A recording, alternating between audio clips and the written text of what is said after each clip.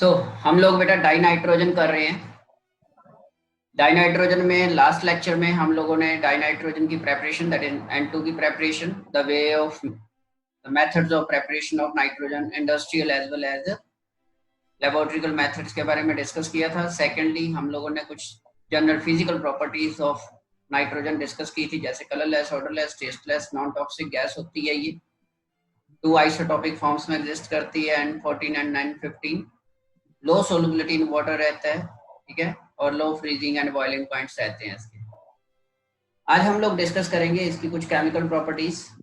तो जैसा कि हमने ऑलरेडी डिस्कस किया ही है कि डाई नाइट्रोजन जो है it is an inert and unreactive gas होती है एट रूम टेम्परेचर। यहाँ से फर्स्ट क्वेश्चन आपका बन जाता है, why N2 is inert at room temperature. Very first question from this particular topic, that why N2 is inert at room temperature। तो उसमें रीजन आपके पास बड़ा सिंपल सा रहता है, this is because of very high bond dissociation enthalpy। as you know, nitrogen contains triple bond between two nitrogen atoms। Nitrogen triple bond present होता है, which required very high bond dissociation enthalpy। 941.4 kilojoule पर मोल के आसपास energy चाहिए होती है इसको break करने के लिए, ठीक है जी। So therefore it is highly unreactive. बाकी इसके अलावा लेकिन रिएक्टिविटी जो है नाइट्रोजन को it can be made reactive by increasing the temperature of the particular reaction, ठीक है। हम रिएक्टिविटी को इंक्रीज कर सकते हैं यहाँ पे। बाकी अगर बात करें कि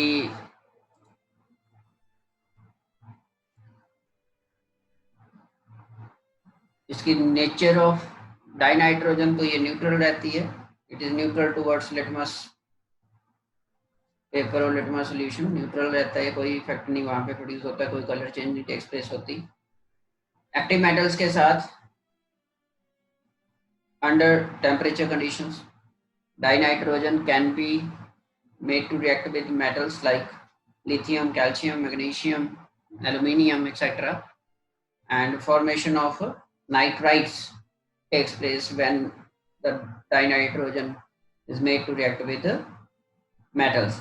Metallic nitrides are formed during that particular reaction. For example, here you can see the reactions in which lithium and nitrogen react to form lithium nitride, magnesium and nitrogen made to react to form magnesium nitride, ठीक है। Similarly, in case of non-metals, the very important reaction in case of reaction with non-metals is reaction with hydrogen। This particular reaction is very important। यहाँ से आपको paper में एक question बनता है हमेशा हैबर प्रोसेस के लिए। तो जब मिक्सचर ऑफ डाइनाइट्रोजन और हाइड्रोजन को हीट किया जाता है अबाउट 700 केल्विन के आसपास, जैसे यहाँ पे लिखा हुआ है 773 केल्विन के आसपास, और pressure under 200 atmosphere in the presence of iron oxide at a catalyst, तो उस केस में जो अमोनिया फॉर्मेशन जो है वो टेक्स प्लेस करती है। यहाँ पे जो मोस्ट इंपॉर्टेंट चीजें हैं, यहाँ से जो आपको क्वेश्चन बनता है 1 मार्क में, that is conditions to increase the yield of ammonia during the Haber process. Conditions to yield ammonia या conditions to increase the yield of ammonia during Haber process, तो वहाँ पे आप लिख सकते हो low temperature that is almost 700 kelvin temperature, high pressure that is 200 atmosphere pressure, presence of catalyst that is iron oxide, under the presence of promoter that is molybdenum we use as a promoter during the course of the reaction। So therefore Haber process में ammonia की जो formation है उसको increase किया जा सकता है by applying these conditions, ठीक है जी। लो टेम्परेचर कंडीशन याद रखना है, बेशक लिख सकते हो, और yielding high amount of ammonia during the HAPR process on commercial scale. First is low temperature conditions, about 700 Kelvin temperature conditions होनी चाहिए, क्योंकि इसके पीछे कॉज ये है कि ये रिएक्शन जो होती है वो एक्सोथर्मिक रिएक्शन होती है और डिक्रीज इन वॉल्यूम के साथ टेक्स प्लेस करती है।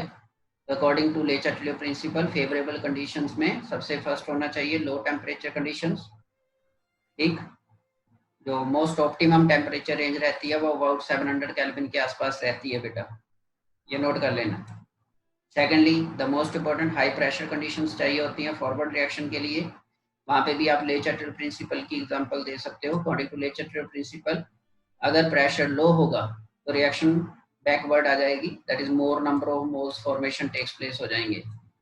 तो फॉर यील्डिंग, जैसे यहाँ पे आपको पता है प्रोडक्ट केस में lesser number of moles produce हो रहे हैं, तो जो according to Le Chatelier principle the pressure condition for this reaction, जो फेवरेबल प्रेशर कंडीशन होगी that will be high pressure for this reaction. अगर हाई प्रेशर अप्लाई करेंगे तो ही इक्विलिब्रियम शिफ्ट करेगा फॉरवर्ड डायरेक्शन में, अदरवाइज नहीं। So second favorable condition is high pressure about 200 atmosphere, or you can say 200 into 10 raised to 5 pascals. 200 into 10 raised to 5 pascals. In case of pascal जो 1 atmosphere होता है वो 10 raised to 5, जो 1 atmosphere होता है वो 10 raised to 5 pascal के आसपास होता है, इसलिए आप अगर pascal में रिप्रेजेंट करना है तो 200 into 10 raised to 5 pascal में दे सकते हो। And the third one is catalyst, that is also very very important.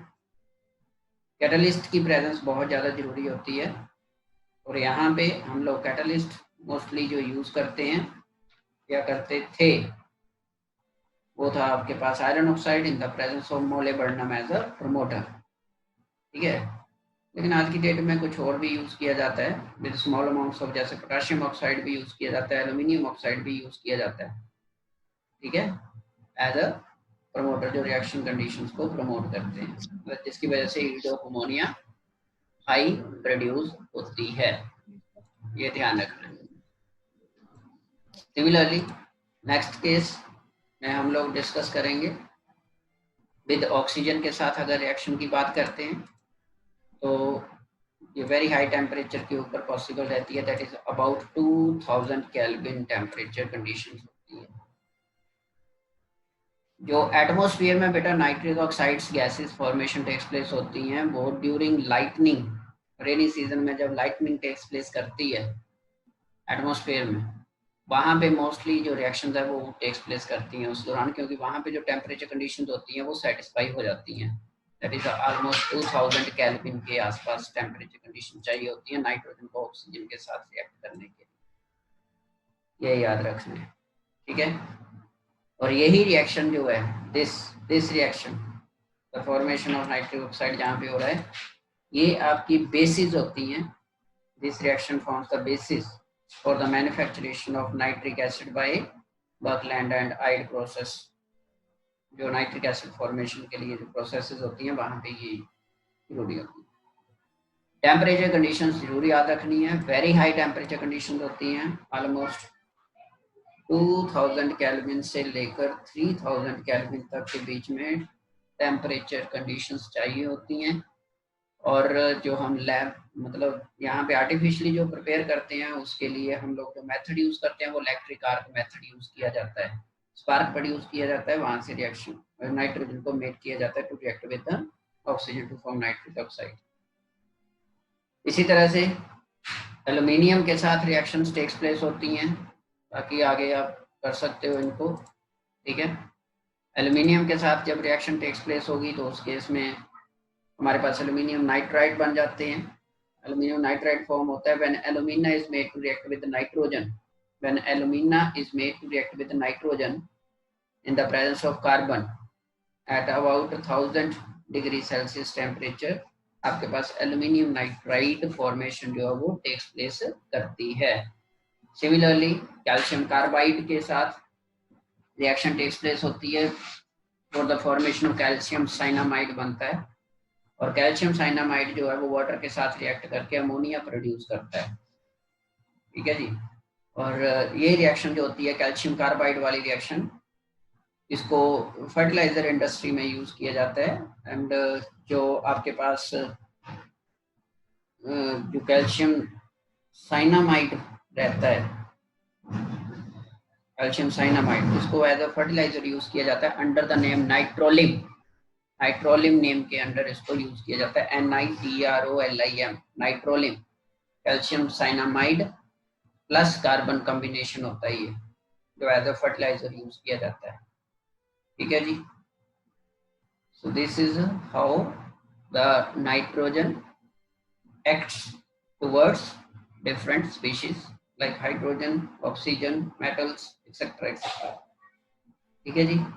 बाकी यूजेस की बात करें तो मोस्टली जो नाइट्रोजन का यूज किया जाता है वो नाइट्रिक एसिड, अमोनिया और कैल्शियम साइनामाइड बनाने के लिए यूज किया जाता है, मेन जो कंपोनेंट्स होते हैं केमिकल स्पीशीज। इसके अलावा इन द स्टील इंडस्ट्री में for providing the inert atmosphere, iron and steel industry में इनर्ट एटमॉस्फेयर प्रोवाइड करवाने के लिए नाइट्रोजन का यूज किया जाता है, because it is stable under high temperature conditions. इसी तरह से it also act as the inert diluent in the reactive chemicals. जो रिएक्टिव केमिकल्स होते हैं वहां पे इसको एज अ डाइल्यूएंट भी ऐड किया जाता है। ठीक है। इसके अलावा इलेक्ट्रिक बल्ब्स में इसकी यूटिलाइजेशन होती है। Rate of volatilisation of tungsten filament को डिक्रीज करता है ये। इसी तरह से जो गैस फील्ड थर्मामीटर्स होते हैं, di nitrogen gas field thermometers use किए जाते हैं for measuring very high temperature conditions. इसी तरह से लिक्विड डाई नाइट्रोजन को यूज किया जाता है एज रेफ्रिजरेंट, रेफ्रिजरेंट के तौर पे भी यूज किया जाता है for preserving the biological materials, food items, cryosurgical operations वगैरह में, वहां पे जहाँ पे जो डेलिकेट हमारे ऑर्गन्स होते हैं उनको प्रिजर्व करने के लिए इसका यूज किया जाता है लिक्विड डाई नाइट्रोजन।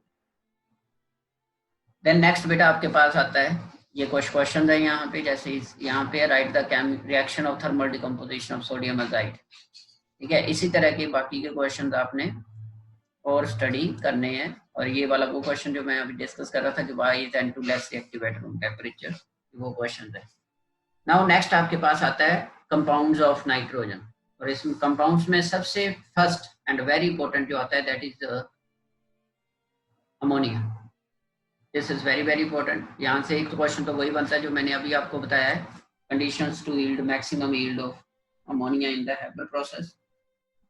इसके अलावा यहीं से बेटा एक क्वेश्चन और बन जाता है, स्टेटमेंट वाले क्वेश्चन बन जाते हैं। When compound A is made to react with compound B, formation of compound C takes place, which on decomposition produce a gas of nitrogen, compound of nitrogen that is ammonia gas, और smelling gas होती है ये। ठीक है। तो इसमें सबसे पहले तो ये वाली रिएक्शन जो है ये करनी है आप लोगों ने, this one, this is very very important reaction, first one जो है। ठीक है। तो decay of nitrogenous organic matter, जैसे यूरिया की decomposition in the presence of moisture, ammonium carbonate बनता है और अमोनियम कार्बोनेट द्वारा डिकम्पोज करके अमोनिया प्रोड्यूस करता है along with formation of water and CO2। एक तो ये रिएक्शन है, ये जनरली इनडायरेक्ट क्वेश्चन आ जाता है। ठीक है। इनडायरेक्ट आता है ये वाला क्वेश्चन, स्टेटमेंट वाइज भी आ सकता है और वैसे भी। इसके अलावा नेक्स्ट आपके पास आता है स्मॉल स्केल अमोनिया को ऑब्टेन किया जाता है फ्रॉम द अमोनियम सॉल्ट्स, जैसे अमोनियम क्लोराइड की डिकम्पोजिशन। ठीक है। कैल्शियम हाइड्रोक्साइड लाइम के साथ लैब प्रेपरेशन है ये। Ammonia is prepared by heating mixture of slate lime and ammonium chloride. ये स्लेट लाइम होता है, अमोनियम क्लोराइड के साथ इसको मिक्स करके हीट अप किया जाता है और वहां से अमोनिया गैस प्रोड्यूस होती है along with formation of water and calcium chloride. ठीक है। एक तो ये लैब प्रेपरेशन है, सिंपलेस्ट मेथड रहता है ये लैब में प्रिपेयर करने के लिए। इसके अलावा सेकंड मेथड जो हम लोग यूज करते हैं स्मॉल स्केल प्रेपरेशन के लिए, that is the ammonium salt जो होते हैं, जैसे अमोनियम सल्फेट वगैरह की प्रेजेंस में अमोनियम सल्फेट को स्ट्रॉन्ग एल्कलीज के साथ, लाइक सोडियम और पोटाशियम हाइड्रोक्साइड के साथ, सोडियम और पोटाशियम हाइड्रोक्साइड के साथ ट्रीट किया जाता है। अमोनियम सल्फेट को रिएक्ट किया जाता है सोडियम और potassium that is strong alkalis के साथ रिएक्ट करवाते हैं और वहां से आपके पास अमोनिया फॉर्मेशन हो जाती है। इसी तरह से अदर मेथड्स आ जाते हैं, जैसे ये तो चलो इंडस्ट्रियल प्रोसेस है ही है, हैबर प्रोसेस, इसको तो डिटेल में हम लोगों ने करना ही है। इसमें ये पैराग्राफ वेरी वेरी इंपॉर्टेंट है जो मैंने अभी आपको बताया है, this is very very important. यहाँ से 2 क्वेश्चन 2 मार्क्स में और 1 मार्क में जो थ्योरेटिकल क्वेश्चन बनता है वो यहीं से बनता है। हैबर प्रोसेस रिलेटेड जो मोस्ट आप कह सकते हो फेवरेबल क्वेश्चन जो बनता है, ठीक है। इसके अलावा बाकी जो स्मॉल स्केल प्रेपरेशन होती हैं, जो मेटल नाइट्राइड्स, अभी आपने देखा ना मेटल, जब नाइट्रोजन को रिएक्ट करवाया जाता है विद मेटल के साथ तो मेटल नाइट्राइड्स बनते हैं। यहाँ पे आपने देखा अभी ये वाले मेटल नाइट्राइड्स। तो ये जो मेटल नाइट्राइड्स बने, इनको जब ट्रीट किया जाता है विद वाटर के साथ, मतलब आप कह सकते हो जब हाइड्रोलिसिस होती है तो वहां पे आपके पास ammonia on the small scale produce हो जाता है, ठीक है जी। ये डिफरेंट मेथड्स ऑफ प्रेपरेशन है इसके अमोनिया के, ठीक है। ये जो आपके पास ये एक रे डायग्राम है, इस रे डायग्राम को आपने अच्छी तरह से स्टडी कर लेना है, मतलब मेथड जो हैबर प्रोसेस का ये डायग्राम है, कंप्लीट प्रोसेस, ठीक है। इसमें नाइट्रोजन और हाइड्रोजन गैसेस को इनलेट करवाया जाता है, ठीक है। कंप्रेसर होता है, प्रेशर अप्लाई करता है, उसके बाद कैटलिस्ट एक चैम्बर में जाती है एट 700 केल्विन के ऊपर, ये रिएक्शन टेक्स प्लेस होती है और अमोनिया फॉर्मेशन टेक्स प्लेस होता है। रेस्ट ऑफ द गैसेस जो बनती हैं वो वापस रिसाइकल कर दी जाती हैं for the preparation of same, that is ammonia के लिए, ठीक है। रॉ मटेरियल्स आप यहाँ पे नोट कर सकते हो, जो रॉ मटेरियल्स ऑफ अमोनिया के लिए यूज किए जाते हैं, तो हाइड्रोजन एंड ऑक्सीजन गैसेज होती हैं। इसके अलावा जो हिडन रहता है वो होते हैं आपके पास, जैसे क्विक लाइन एक यूज किया जाता है for drying the ammonia gas, drynation के लिए अमोनिया गैस को, क्योंकि यहाँ से ही over the surface of liquid that is obtain हो रही है, तो इसको ड्राई करने के लिए कैल्शियम ऑक्साइड का यूज किया जाता है, ठीक है जी। ये रिएक्शंस टेक्स प्लेस होती हैं। इसी तरह से फॉस्फोरस पेंटॉक्साइड वगैरह भी यूज किए जाते हैं बीच में, जो बाद में अमोनियम फॉस्फेट में कन्वर्ट होते हैं। बाकी एनहाइड्रस कैल्शियम क्लोराइड को यूज किया जाता है, ये कॉम्प्लेक्स बना लेता है कंपोजिशन, कैल्शियम क्लोराइड अमोनिएट फॉर्म कर लेता है ये। सो this is all about the Haber process. इसके बारे में आपने एक बार इसको दोबारा से रीस्टडी जरूर करना है। ये फ्लो चार्ट जरूर याद कर लेना, थोड़ा सा पेपर वगैरह में तो कम ही आता है लेकिन कोई पता नहीं होता। वो ज़्यादा से ज़्यादा 2 मार्क्स का क्वेश्चन बनता है, वो तो वही मोस्टली वही बनता है, manufacturation of ammonia in the Haber process maximum yield के लिए, और कुछ रिएक्शंस वगैरह बन सकती हैं व्हाट हैपेंस पहले करके, जो भी आप लोगों ने डिस्कस किया, ठीक है बेटा जी। इसके अलावा नाउ नेक्स्ट आता है आपके पास फिजिकल प्रॉपर्टीज ऑफ अमोनिया। तो प्रॉपर्टीज ऑफ अमोनिया में सबसे पहले आपके पास जो हम लोग बेसिकली डिस्कस करते ही हैं, जो अभी नाइट्रोजन के केस में भी जैसे डिस्कस किया था, अमोनिया कलरलेस गैस होती है, कैरेक्टरिस्टिक पंजेंट स्मेल होती है इसकी, ठीक है। +1 में भी आपको लैब में भी मैंने थोड़ा सा इसके बारे में इंट्रोडक्शन दी थी, ठीक है। अमोनिकल स्मेल जिसको हम बोलते हैं, और अगर इसको एक्सेस में अगर सूंघ लेते हैं, मान लीजिए इनहेल कर लेते हैं, तो it can cause tears in the eyes. जिन बच्चों ने लास्ट ईयर थोड़ा सा किया था तो उनको पता होगा इसके बारे में, आंखों से पानी आना शुरू हो जाता है, स्ट्रॉन्ग होती है, पंजेंट स्मेल होती है इसकी। एक्सट्रीमली सोलुबल इन वाटर रहता है, और उसके पीछे का basic cause intermolecular hydrogen bonding रहती है, ठीक है। और 1 वॉल्यूम ऑफ वाटर जो है वो 1000 वॉल्यूम ऑफ गैस को डिसॉल्व कर सकता है एट 273 केल्विन के ऊपर। इसके अलावा अमोनिया को इजीली लिक्विफाई किया जा सकता है just because of high intermolecular forces of interactions की वजह से, ठीक है, by applying high pressure and low temperature conditions.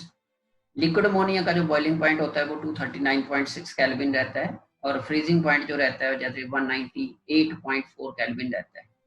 Water की तरह अमोनिया को भी एसोसिएट कर जाता है in the solid and liquid states hydrogen bonding के साथ, और ये हाइड्रोजन बॉन्डिंग ही रिस्पॉन्सिबल होती है for its generally higher melting and boiling point than expected on the basis of their molecular masses. Other compounds के साथ जब इसको कंपेयर किया जाता है इसी के ग्रुप मेंबर्स वगैरह के साथ, तो इसका जो बॉइलिंग पॉइंट रहता है वो हाई रहता है, उसके पीछे का कारण इंटरमोलिकुलर हाइड्रोजन बॉन्डिंग रहती है।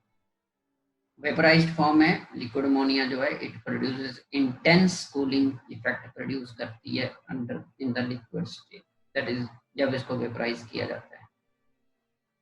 स्ट्रक्चर की बात करें, स्ट्रक्चर आप यहाँ से देख सकते हो, ठीक है। +1 में भी हमने डिस्कस किया था, नाइट्रोजन sp3 हाइब्रिडाइज रहता है, पिरामिडल ज्योमेट्री बनती है, NH बॉन्ड लेंथ जो होती है दैट इज 101.7 रहती है, 101.7 पिकोमीटर्स, आप देख सकते हो यहाँ पे, नोट कर सकते हो ये चीजें। और बॉन्ड एंगल जो रहता है दैट इज ऑलमोस्ट 108 के आसपास रहता है, 107.8 डिग्री ये रहता है। So this is all about the structure and properties of ammonia, physical properties. The next जो आपके पास आता है that is the chemical properties of ammonia. Chemical properties में सबसे फर्स्ट क्वेश्चन जो आपको आता है that is the basic nature of ammonia. तो ये रिएक्शन आपने बेसिक नेचर के लिए करनी है लर्न, दिस रिएक्शन, ठीक है। ये बेसिक नेचर होती है, जो रिप्रेजेंट करती है। Ammonia gas soluble in water होती है, एक्वस सॉल्यूशन में weakly basic due to the formation of hydroxide ions, ये तो ये कर लेना है।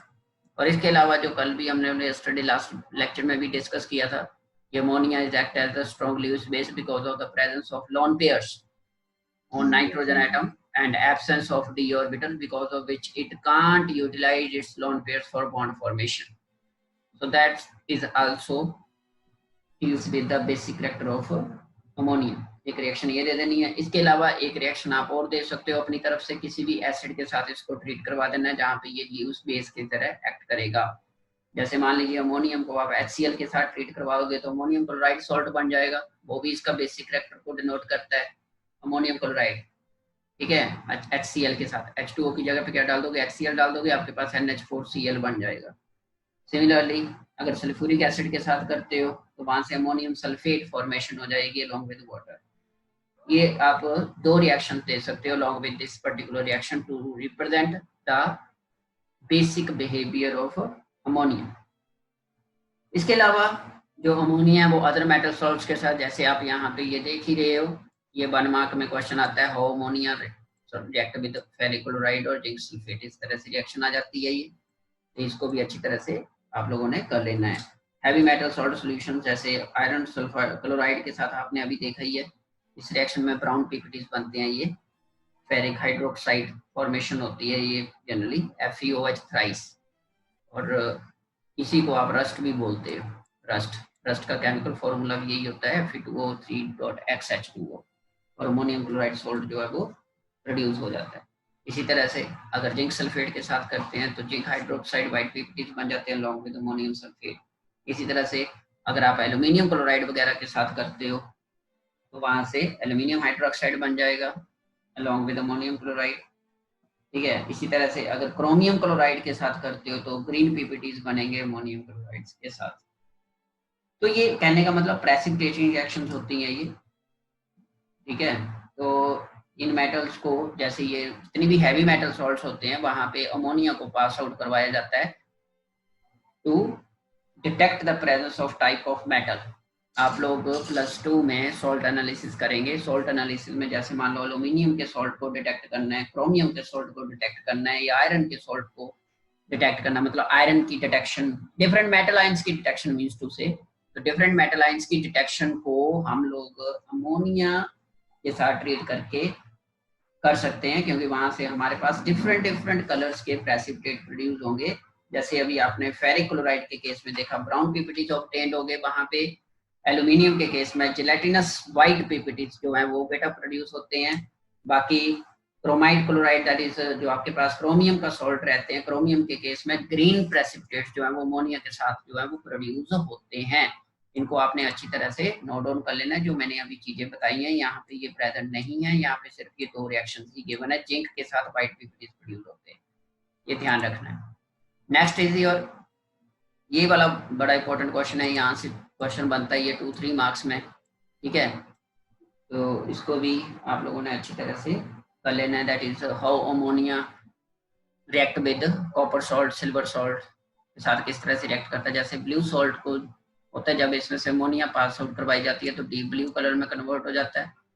सिल्वर कलरलेस सॉल्ट होता है तो वाइट पीपीटी बन जाते हैं, ठीक है। और ये सिल्वर क्लोराइड जो वाइट पीपीटी बना, एक्सेस ऑफ अमोनिया की प्रेजेंस में आपके पास कलरलेस सॉल्यूशन में कन्वर्ट हो जाता है, जो सिल्वर क्लोराइड फॉर्मेशन होती है आपकी। इस तरह से आप इसको जो है वो एक्सप्लेन कर सकते हो, chemical properties of ammonia when it react with different metal salts, ठीक है जी। इसको आपने अच्छी तरह से कर लेना है थॉरोली। इसके बाद इसके कुछ अमोनिया के यूजेस वगैरह है। नाइट्रोजनस मिक्सचर फर्टिलाइजर इंडस्ट्री में काफ़ी ज़्यादा यूज होता है, जैसे ammonium nitrate, urea, ammonium phosphate, ammonium sulphate वगैरह के फॉर्मेशन के लिए। इसके अलावा कुछ इनऑर्गेनिक नाइट्रोजन कंपाउंड्स की प्रिपरेशन के लिए भी काफ़ी ज़्यादा यूजफुल रहता है ये। इनमें सबसे ज़्यादा इंपॉर्टेंट रहते हैं, जैसे मैंने अभी आपको बताया भी था, नाइट्रिक एसिड जो मोस्ट इंपॉर्टेंट है, जो उसके बारे में हम आगे डिस्कस भी करेंगे इसी चैप्टर में, ठीक है। बाकी इसको एज अ लिक्विड रेफ्रिजरेंट के तौर पे भी यूज किया जाता है, ठीक है जी। तो इसी तरह से आप डिफरेंट रिएक्शंस के केस में इसकी केमिकल प्रॉपर्टीज को डिस्कस कर सकते हो। डिफरेंट रिएक्शन, जैसे ऑक्सीडेशन के दौरान नाइट्रोजन प्रोड्यूस होती है, ठीक है। जब अमोनिया को मिक्स किया जाता है एक्सेस ऑफ एयर के साथ over platinum rhodium goes eight 500 kelvin के ऊपर 9 बार प्रेशर के ऊपर, तो ये नाइट्रिक ऑक्साइड बन लेता है, जो अगेन एक जो रिएक्शन रहती है नाइट्रिक ऑक्साइड की, formation of nitric acid in the Ostwald process, वहां पे ये बेस रिएक्शन रहती है, जो आगे हम करेंगे।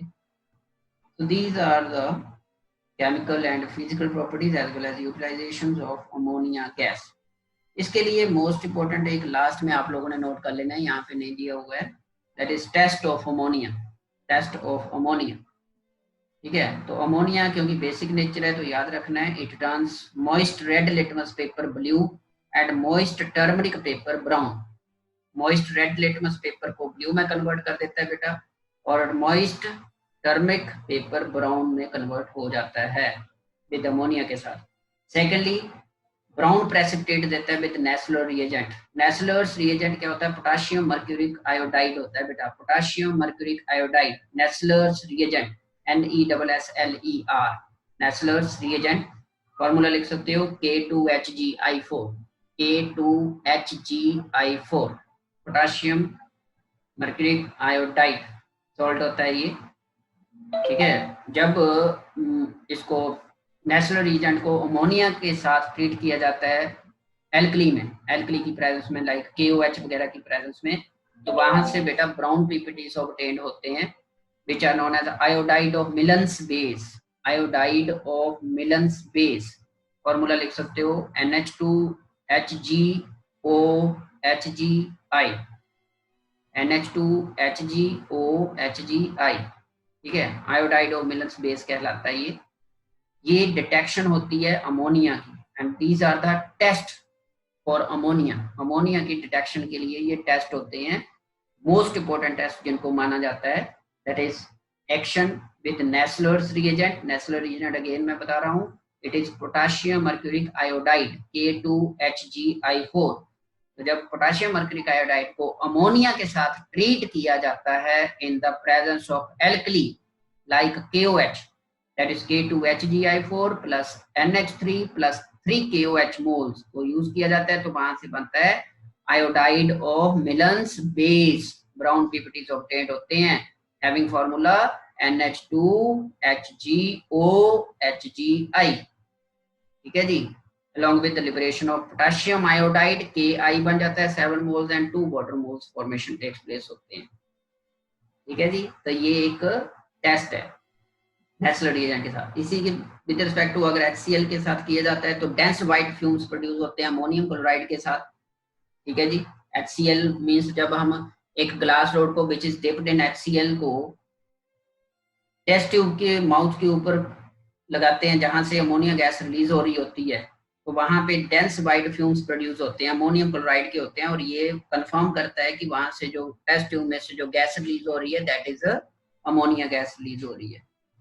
इसके अलावा कॉपर सल्फेट सोल्यूशन, ये तो अभी मैंने बताया भी है यहाँ पे, ये वाला केस, ये वाला जब कॉपर सल्फेट सोल्यूशन में से अमोनिया को पास आउट करवाया जाता है तो डीप ब्लू सोल्यूशन ऑब्टेन्ड होता है। This is also a particular reaction for detection of ammonia.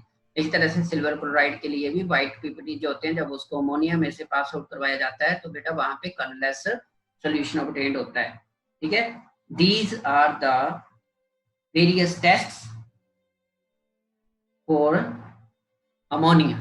ठीक है बेटा जी, इनको अच्छी तरह से कर लेना है थॉरोली। इसी के साथ आपका ये first compound of nitrogen that is ammonia जो है वो पूरा कंप्लीट हो गया है।